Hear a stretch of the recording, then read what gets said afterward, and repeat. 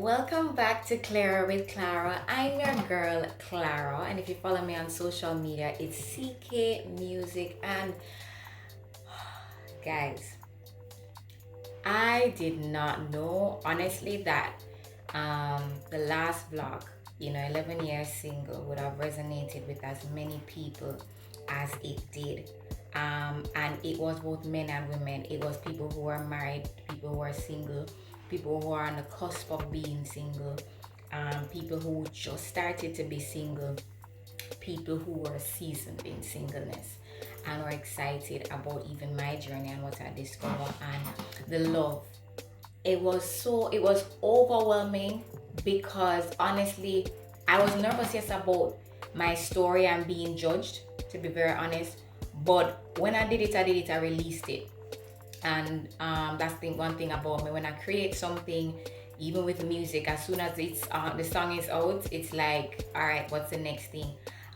Video out, what's the next thing? So when I put it out, I spent honestly a good portion of Sunday morning crying, just in awe about to the response, only because I knew it was God working. To be very honest, you wouldn't have seen me, or I wouldn't have been here or been doing what I'm doing had he not been in my life, or I not have as strong as a relationship as I have with him.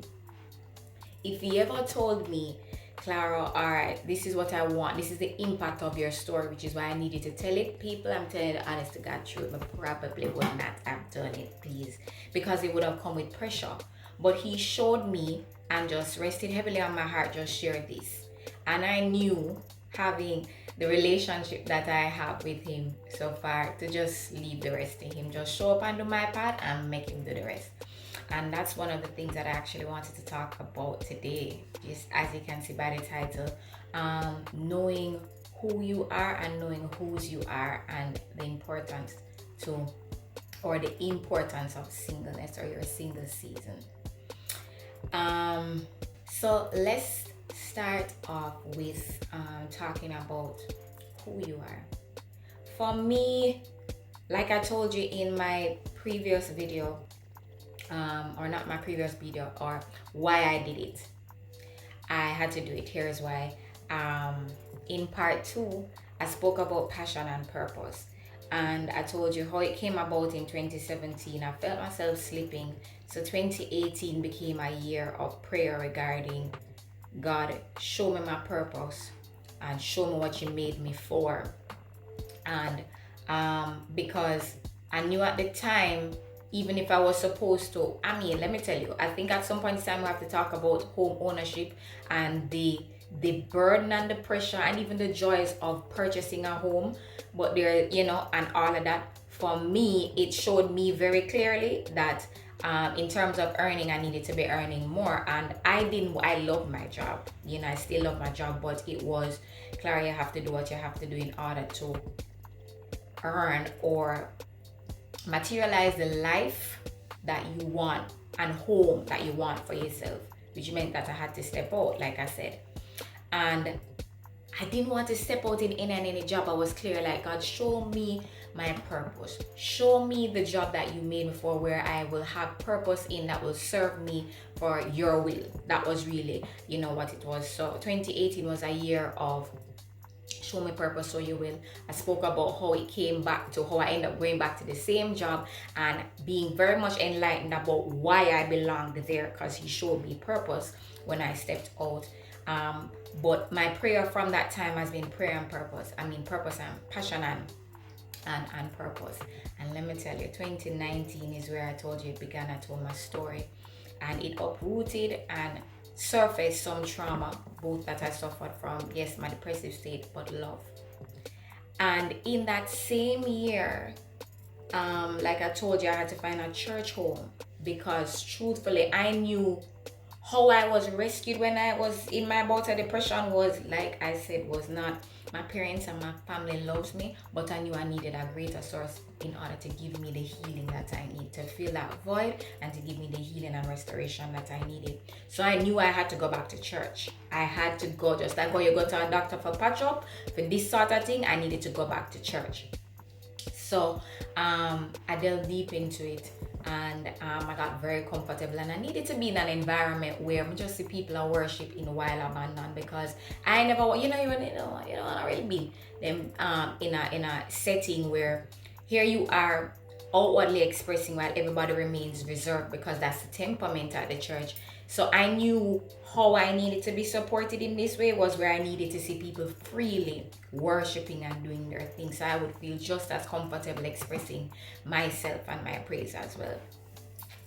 So part of it was in 2019, they had a retreat, and on a quest to now heal the broken pieces of me, a big thing that was just very prevalent when I recognized my number one, that I was emotionally unavailable, and the fact that there are so many parts of me that need to be healed. The pivotal, like I was given the vision of the different ages and stages of Clara where traumatic things happened, and that's what I saw. That was what was unveiled to me when I told my story, and I realized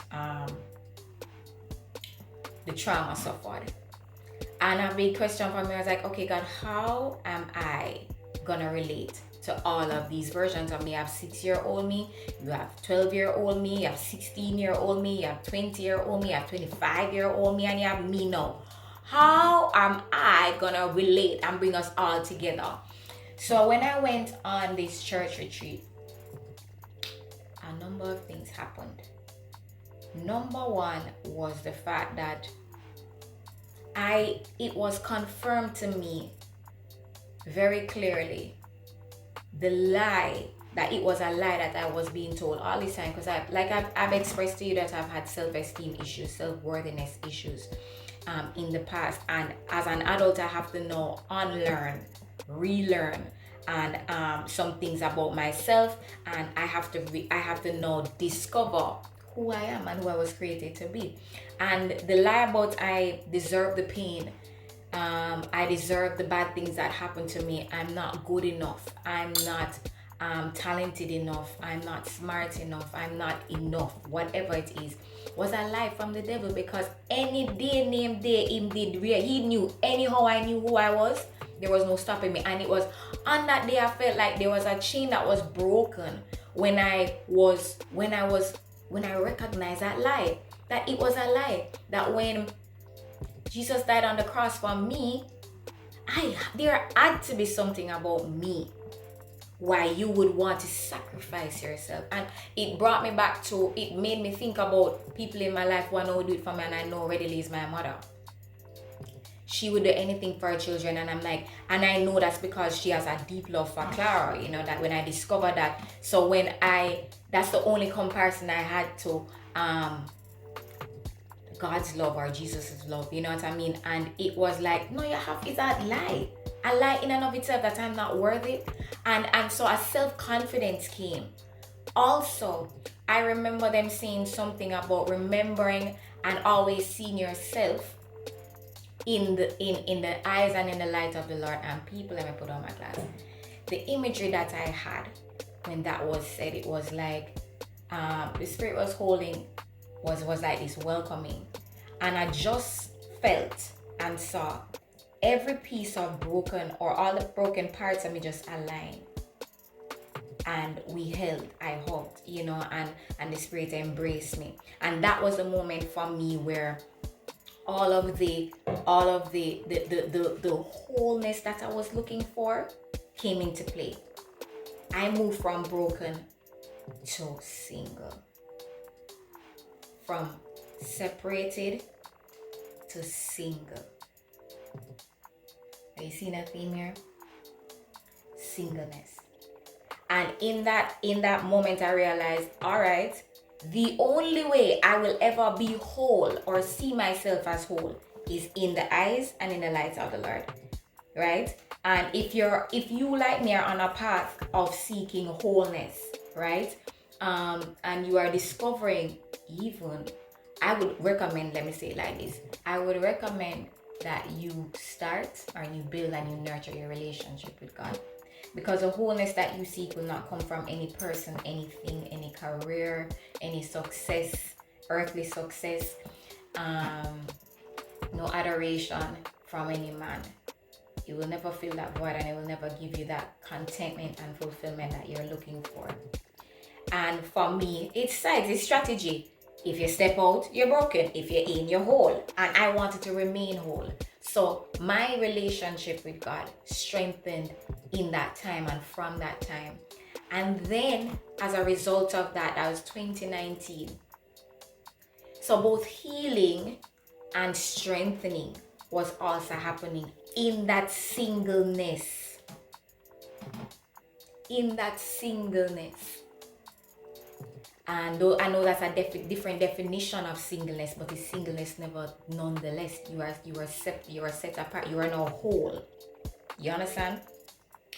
Now, 2020, as I said, the slowdown was real, because honestly, as I prayed about purpose and passion in 2018, it was materializing in 2019. But you have to have emotional resilience in order to cope and deal, right? With all that it is, because when you're outpouring, when you do advocacy, it's a lot of outpouring, emotionally and mentally. And sometimes if you're a giver like me, you'll forget that you're supposed to stop and restore. So like I told you in my previous vlogs, 2020 was a needed slowdown for me. I needed the slowdown so bad.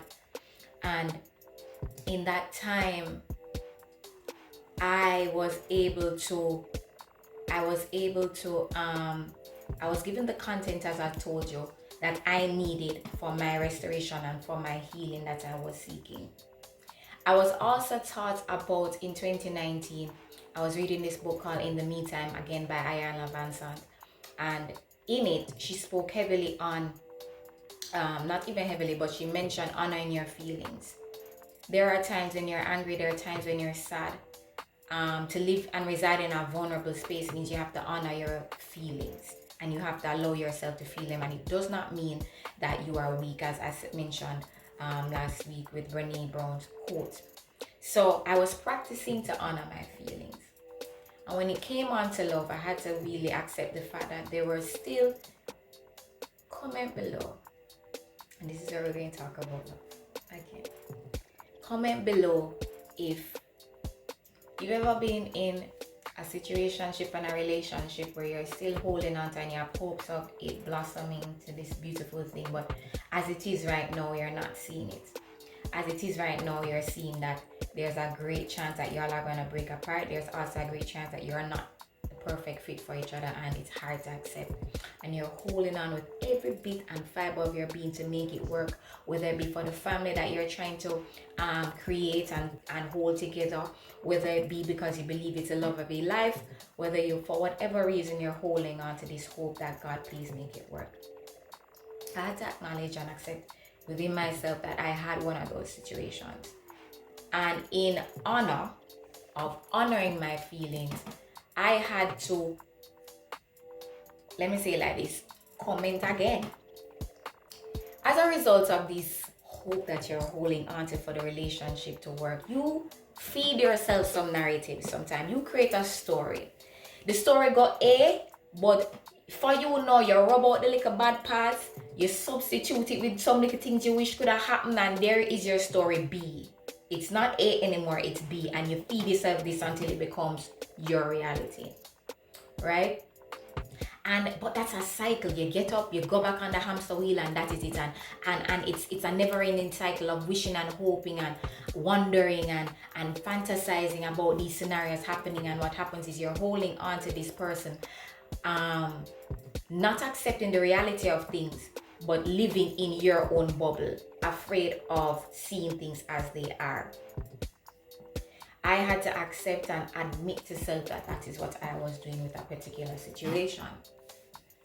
And as I said, in honoring how I felt and saying how I feel and wanting to break myself from this crazy cycle of on the hamster wheel, wishing and hoping, pining, sad, fantasizing, I decided I was just going to admit how I feel. Now, the truth is, me and this person honestly have a good relationship and a good friendship. So I knew I would never would be judged. And I knew it was a safe place for me to do it. And I also had to tell myself, hey, it's not about whether or not he responds how you like and how you want. It's more so about you finally seeing and admitting and to the truth of how you really felt. And I did. And in allowing the situation to play out as it did, I would no longer have to wish and hope and wonder what would happen if I said I had my answer right there and then, you know? And my answer was, I was, whereas he moved on, you know, and I was still holding on, we could no longer be, or we could not be, you know? And I had to accept that. I had to honor the feelings of sadness. I had to honor the feelings of disappointment. And I found myself shift from what if to what now? What now, God? What now?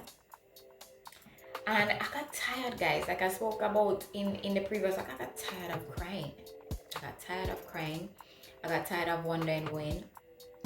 And it was like that, so just nobody now come. Just nobody's going to come. This was, I believe, my last hope. This was who I believed was meant for me, and you just shown me that, hey, this person isn't. What now? And I believe I don't remember the sermon, but I know I would have been prompted by some sermon, right? Where it was about truth and seeing the things that we don't want to see and accepting the realities instead of accepting our truth, accepting the truth and the reality for what it is, and stop seeing things as how we want them to be. And also pray that God guide you through that moment, to cushion you, to support you as these things are being revealed to you. So one night, guys, and this, you know, is a personal story. And don't believe, you know, honestly, this is not a platform for me to say, hey guys, so this is the tea on Ray. It's not even about that. But I know that there's power in this particular story, because this is a testimony about God answering, hearing your prayers and answering them. So I prayed a prayer one night. I said, God, I cleared my heart. I professed and declared however I feel. I own my feelings. I honored them. And now I'm left with nothing. I'm not. We're in a COVID. People, we're in a COVID. Oh my God, I mean, anybody can't go outside again. You know what I mean? And you can't meet people in the usual ways. So I said, God, you know what? You show me what it is that I'm not seeing, that I am not clear on, that I don't know, that I am still harboring, that would block me from seeing love or seeing opportunities in love. And also reveal to me the things that are still heavy on my heart that I don't know. But protect me and prepare me and comfort me as you reveal the truth to me. I'm going to release it.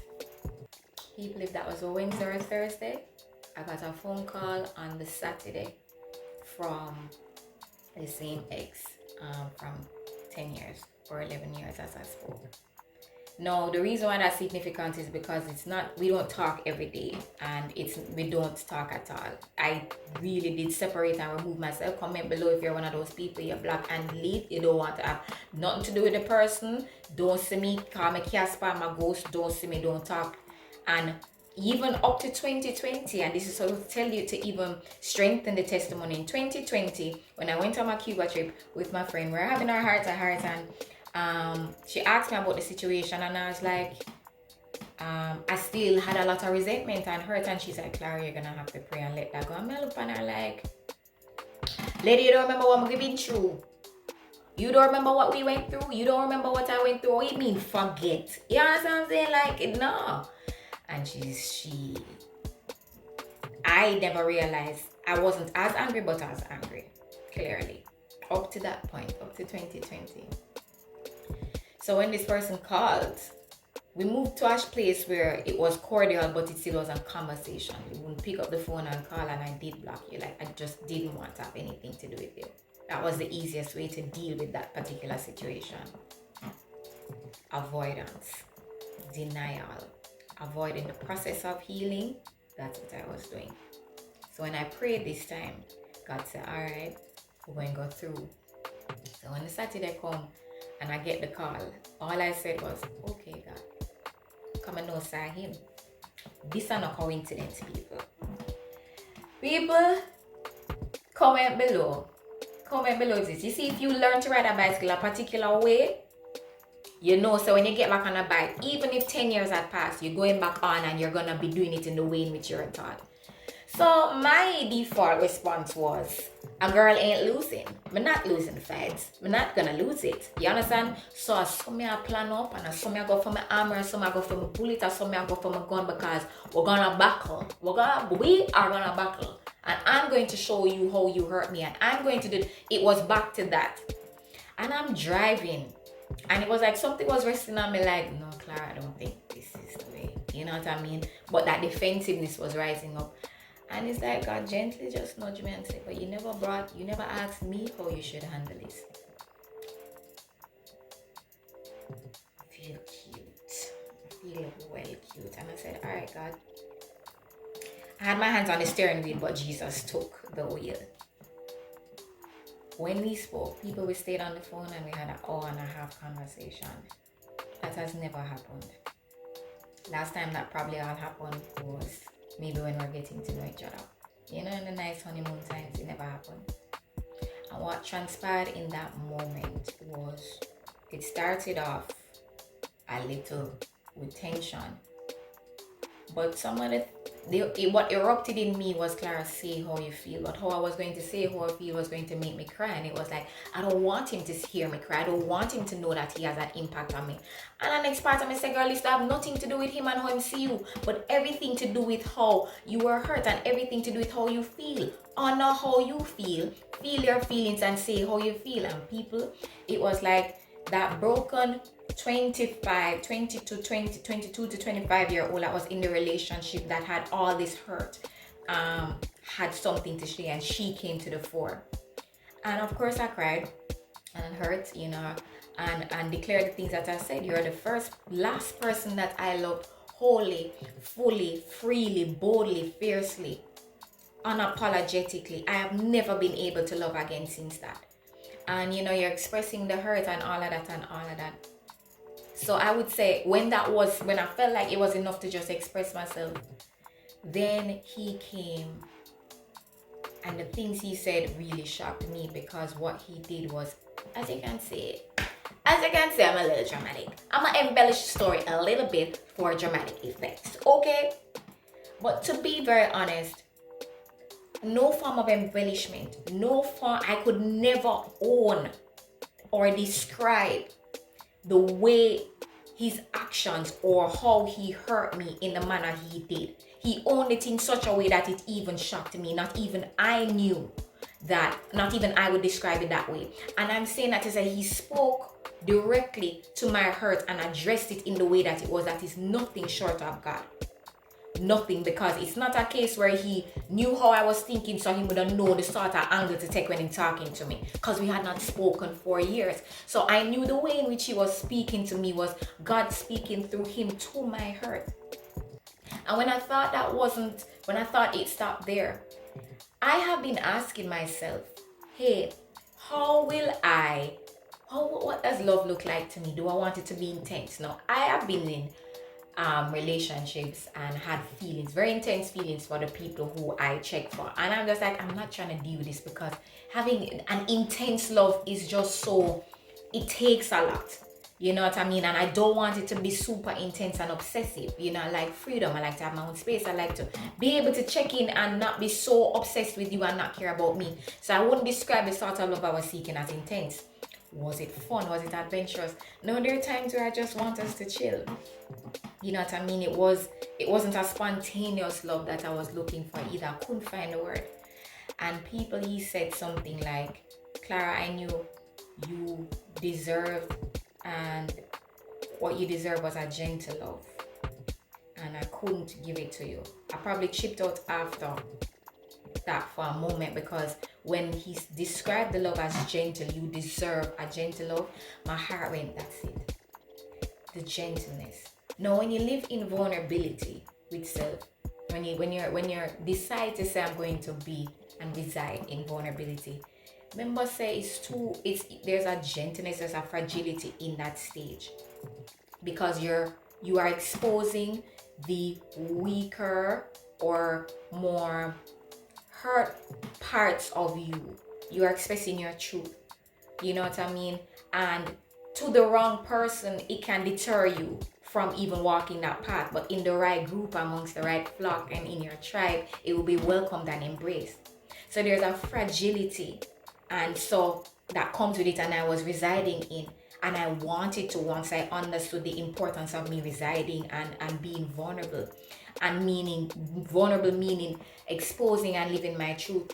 And the word gentle sat well with me, because that's what you need in that space.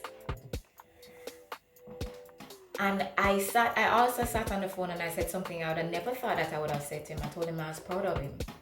I told him I was proud of him for owning his actions in the way he did. I told him that I was proud of him for the journey, because he was also speaking to me in healing language. The language that he was speaking to would sound like the person who's also on a healing journey, healing of his inner man.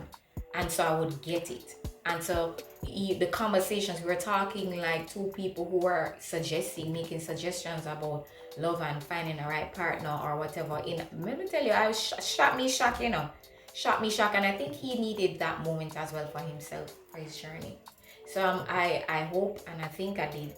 I think God spoke through me to speak to his hurt as well. I came off of the phone and I had to process it. Some of it was hard to hear. Some of it took me back. Some of it spoke to the feelings that I have now. But let me tell you what happened.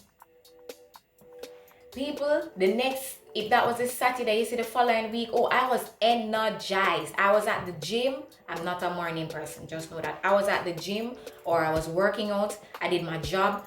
I had other opportunities arising and I was doing as busy, but I felt lighter. I felt so light and free in a way that I haven't felt before. I don't know if I've ever felt that way, and I'm not exaggerating. And that's when I realized I was walking around with the weight of the hurt and the bitterness and the hate from that situation for, at that time, 10 years.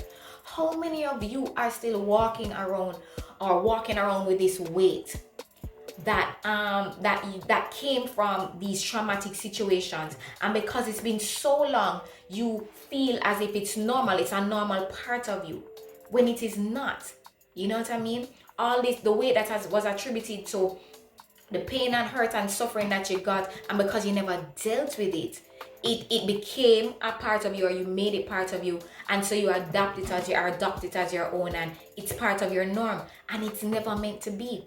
Some of the things he described, I was like, I'm not an aggressive person, I'm not an argument, I'm not combative.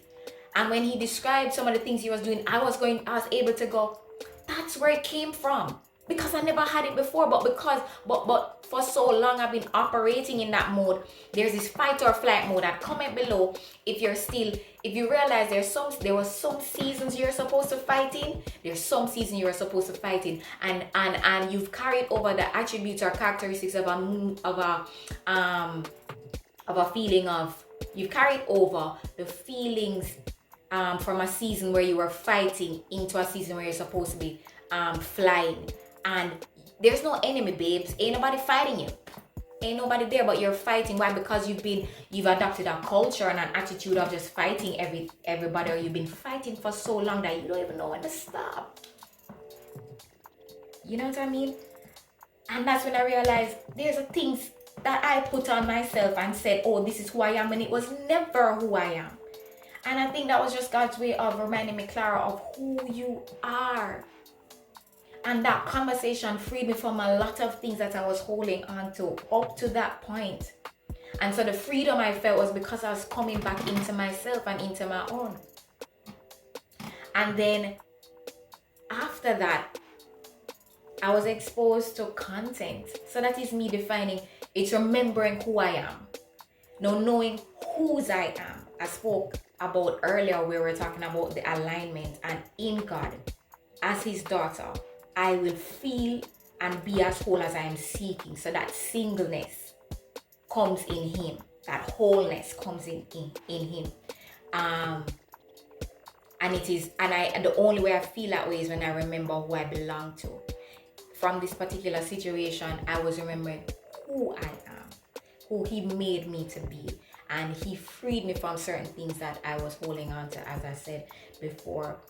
But in the moment of, in this period of singleness, as I said in the previous vlog, 11 years single, the singleness is a very important season for you, because it defines who you are and who you want to even bring in and who you're seeking in a relationship. You are able to focus on you. You are able to identify the things that you like, don't like. You have to honor. It is a moment for you to focus on not just self, but really on the truth that comes with you, the good, the bad, and the ugly, and you see it and you deal with it. I've been told over and over that instant, when you're single, Clara, do everything that you need to do for you, because when you have a family, there will be no time. I also saw this meme the other day, hopefully I quote it right, that raising a child in chaos is like raising an adult to live in chaos. Free our children from, give yourself a childhood that they don't have to receive treatment from, or something like that. I'll put the quote up. And I was just like, that is so true, because how many of us are living and still holding on to, or were affected by traumatic experiences from our past, or just witnessing what was happening with our parents or our guardians or people close to us. And because you've seen that, you think that that is normal, and that is what you reflect, that is what you emulate, and that is how you live in your relationships, not recognizing that it is unhealthy. You know, the idea of staying in a situation just because you're afraid to be alone, but your child is watching you not receive healthy or proper love, and will call what you're going through and define what they're witnessing as love, and go and see that, when as a parent, I'm sure you would have wanted more, even better for your child than you're experiencing for yourself. But because this is what they're seeing, this is what they're going to reflect, and this is what they know, and this is what becomes normal for them. So this staying in this relationship that you're holding on to, really ask yourself, is it really worth it?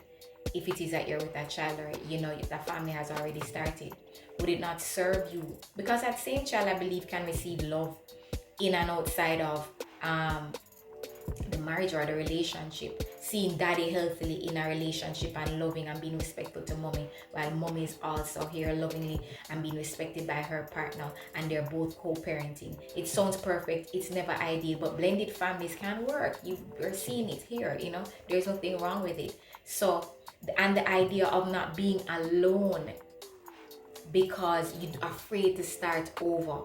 But what if, when you spend that time in your singleness and you identify the things that you love and the things that you're seeking, and really own up to the fact that this relationship that you're holding on to could never offer to you all the things that you want, you give yourself a chance and an opportunity to start over with somebody who is more deserving and suitable for you, because you would have spent the time to understand yourself, to therefore know what to seek. What about giving yourself that fighting chance at love?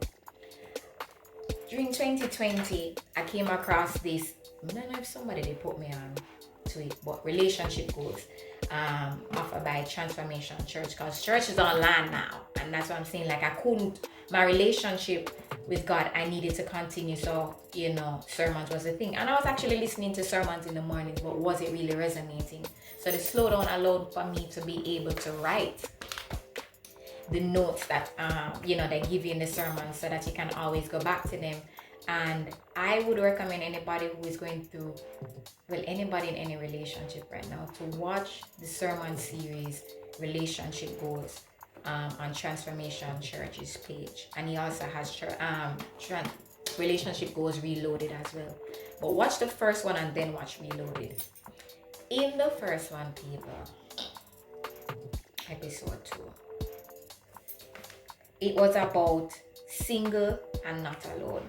And I just wanted to share some points that really resonated with me, but I think you should go in and just take in the entire series.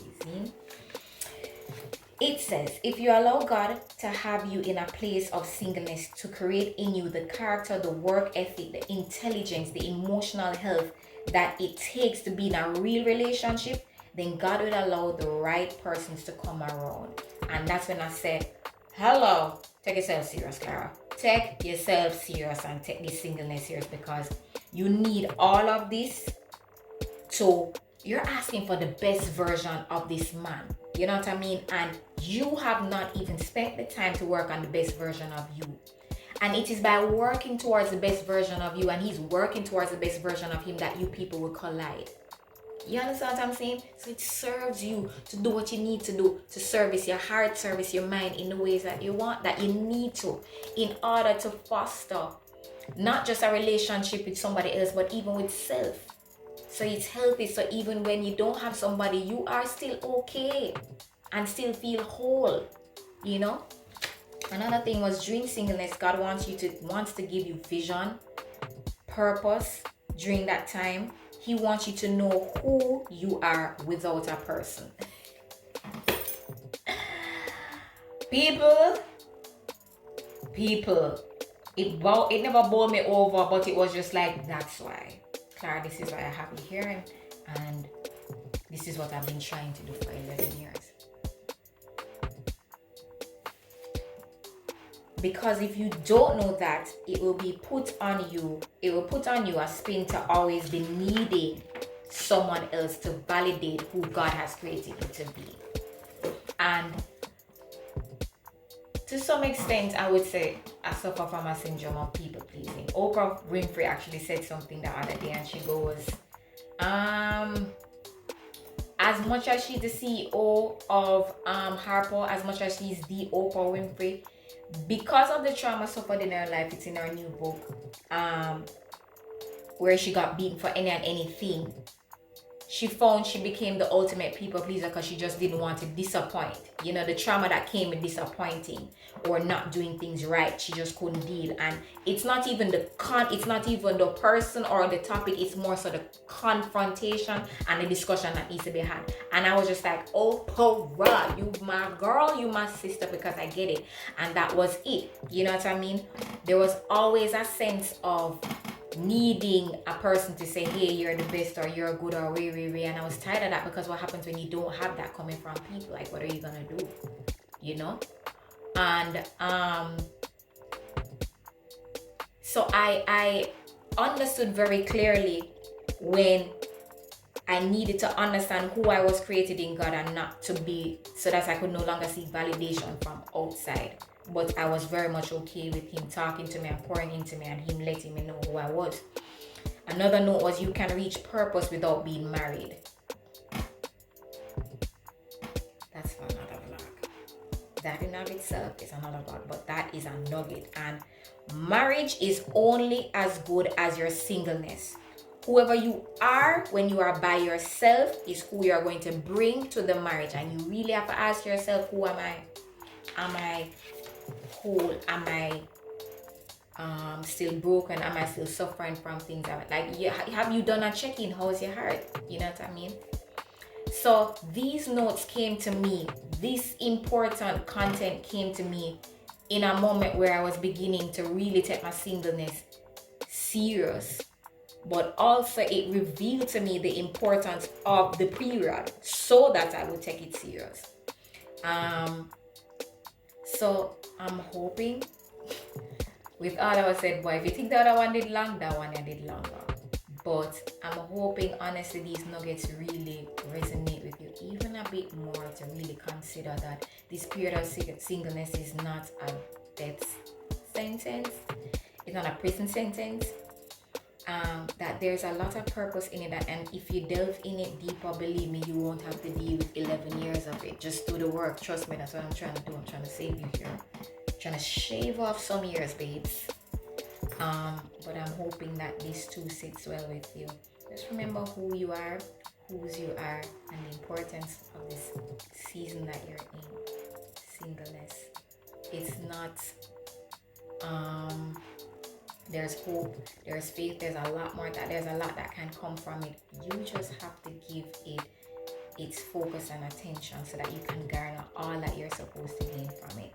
It's worth it. I'm feeling it. I think you all are seeing the impact of it, and I'm hoping that you continue on this journey and even delve in and lean in with me during this season. And it's for anybody. It's not just for people in seasons. And a lot of the nuggets that I shared was for just anybody in any relationship, just understanding who you are, So once again, I'd like to thank you for joining me, for staying with me, for just tuning in, for sharing it. I'm seeing that y'all are sharing this like cook food, and I really, really appreciate it.